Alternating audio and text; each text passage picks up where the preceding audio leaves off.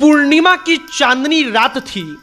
लालू प्रसाद यादव को दो लड़के लेकर शमशान घाट की तरफ जाने लगते हैं। जब आधे रास्ते में लालू यादव जाते हैं तब एक बाबा खैनी मलते हुए उनके सामने आते हैं और कहते हैं कि कौन हरे। ये कहते हैं कि ललुआ हई और वो बाबा कहते हैं कि इस वक्त पर यहां पर क्या कर रहे हो, जल्दी वापस भाग जाओ। और लालू प्रसाद यादव दौड़कर अपने घर वापस जाते हैं। अगले दिन पता चलता है कि जो दो लड़के उस गांव के रहने वाले उनके दोस्त थे, जो उनको लेकर आधी रात में शमशान घाट जा रहे थे, वो कहते हैं कि हम लोग तो अपने घर पर सो रहे थे। जो बाबा गांव के रास्ते में पूछते हैं कि कौन थो, वो कहते हैं कि ललुआ। वो बाबा कहते हैं कि हम तो रात को कहीं गए ही नहीं और तुमसे मिले ही नहीं, बल्कि हम तो अपने घर पर सो रहे थे। और तब लालू प्रसाद यादव को पता चला कि उनके गांव के बरहम बाबा ने शमशान घाट में उनको दो भूत लेकर जा रहे थे तो उनसे बचाया है। यह कहानी आपको जरा अटपटा लगा होगा, लेकिन लालू प्रसाद यादव ने खुद से इस कहानी को लिखा है और अपने जीवन की इस एक अध्याय के बारे में बताया है। आगे आपको हम यही कहानी सुनाएंगे, लेकिन उससे पहले हमारा नमस्कार स्वीकार करिए। हमारा नाम मोहित कुमार सिंह है और अब आइए इस शानदार कहानी पर। ऐसी कहानी इसे सुनकर आपको अचरज भी होगा, आपको हैरानी भी होगी। और यह कहानी एक पुस्तक है, गोपालगंज से रायसीना, मेरी राजनीतिक यात्रा। लालू प्रसाद यादव की यह आत्मकथा है। उसी किताब में इस बात का जिक्र किया गया है। बताया जाता है कि चांदनी रात होती है, पूर्णिमा का समय होता है। उस वक्त पर गांव वगैरह में आज के समय में भी बरहम बाबा जो होते हैं, पीपल के पेड़ वगैरह के नीचे जिनको पूजा जाता है, वहां पर कोई एक कार्यक्रम था। उस कार्यक्रम में वहां पर भोज था, लोगों ने भोज किया, कार्यक्रम में वे लोग शामिल हुए और इसके बाद लालू प्रसाद यादव वहीं पर पुआल पर बैठकर कार्यक्रम देख रहे थे और उनको नींद आ गई। वो कार्यक्रम देखते देखते वहीं पर सो गए। इसके बाद क्या हुआ, तो इसको अचानक आधी रात को उनका नींद खुला। उनकी आंखें खुली तो उन्होंने देखा कि उनके जो दोस्त थे उनमें से दो दोस्त उनको बुला रहे हैं। लालू प्रसाद यादव अपनी आंखों को खोलते हैं और हल्के हल्के नींद में ही वो आगे बढ़ने लगते हैं।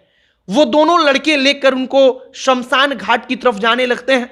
रास्ते में लालू प्रसाद यादव कहते हैं कि रुको जरा, हम टॉयलेट कर लें, हमको पेशाब लगा है। लालू प्रसाद यादव वहां पर कुछ देर के लिए रुकते हैं और लालू प्रसाद यादव उस वक्त पर छोटे थे, उनके बचपन की कहानी है। अचानक उनको लगता है कि कोई गांव के एक बाबा आए हैं। वो घूमकर देखते हैं तो गांव के तपेश्वर बाबा थे। तपेश्वर बाबा उधर से आवाज लगाते हैं कि कौन हरे। वो इधर से जवाब देते हैं कि हम हई ललुआ। इसके बाद तपेश्वर बाबा कहते हैं कि जल्दी घर चले जाओ, यहां पर क्या कर रहे हो इस वक्त पर। लालू प्रसाद यादव घर चले गए और जाकर आराम से सो गए। अगले दिन लालू प्रसाद यादव अपने उन दोनों दोस्तों के पास गए। वो कहते हैं कि जैसे ही तपेश्वर बाबा वहां पर आए वैसे ही ये दोनों लड़के गायब हो गए। उन्होंने इधर उधर नजर घुमाया तो वो दोनों लड़के कहीं दिख ही नहीं रहे थे। लालू प्रसाद यादव ने पूछा कि कल आधी रात को तुम लोग हमको लेकर कहां जा रहे थे और अचानक गायब कहां हो गए। वो लड़के कहते हैं कि हम लोग तो घर पर आकर सो गए थे, हम लोग रात में कहीं गए ही नहीं। अब लालू प्रसाद यादव तपेश्वर बाबा के पास जाते हैं।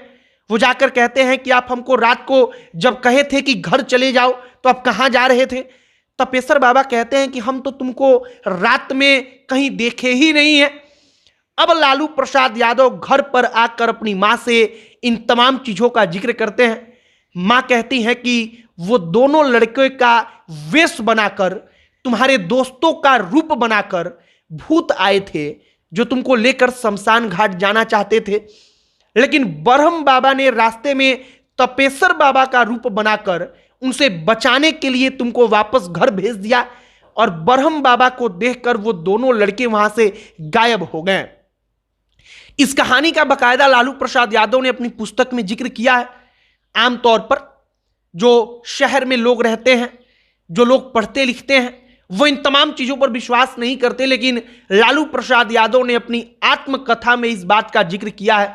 बताया है कि कैसे उनकी मां जो थी, उन्होंने उस वक्त पर बताया कि बरहम बाबा ने तुमको बचाने के लिए तपेश्वर बाबा का रूप बनाया और तुमको बचाने के लिए वो उस आधी रात में वहां पर आए। और लालू प्रसाद यादव कहते हैं कि उसके बाद हमारे साथ फिर कभी ऐसा नहीं हुआ। लालू यादव उसमें लिखते हैं कि कार्यक्रम के दौरान हमको नींद आ गया। गांव में पुआल वगैरह पर बैठकर लोग कुछ भी देखने लगते हैं या बैठते भी हैं, वैसे ही हम बैठे हुए थे, वहीं पर सो गए। तमाम लोग उठकर चले गए, किसी ने हम पर ध्यान नहीं दिया और उसी रात को यह सब कुछ हमारे साथ घटित हुआ। फिलहाल लालू प्रसाद यादव की आत्मकथा में इस कहानी का जिक्र था जो हमने आपको सुनाया। हमने पूरी कहानी आपको सुना दी। लालू प्रसाद यादव के भाषण जितने मजेदार होते हैं, आप उनकी आत्मकथा को जाकर पढ़ेंगे तो उस किताब में भी एक से बढ़कर एक मजेदार कहानियां आपको सुनने को मिलेंगी। आपको पता चलेगा कि लालू प्रसाद यादव का बचपन से ही ऐसा रोमांचक किस्सा कहानियों से सामना होता रहा है। आपकी क्या राय है कमेंट बॉक्स में लिखकर बताइएगा। अब अंत में हमारा परिचय, हमारा नाम मोहित कुमार सिंह है। बहुत बहुत धन्यवाद।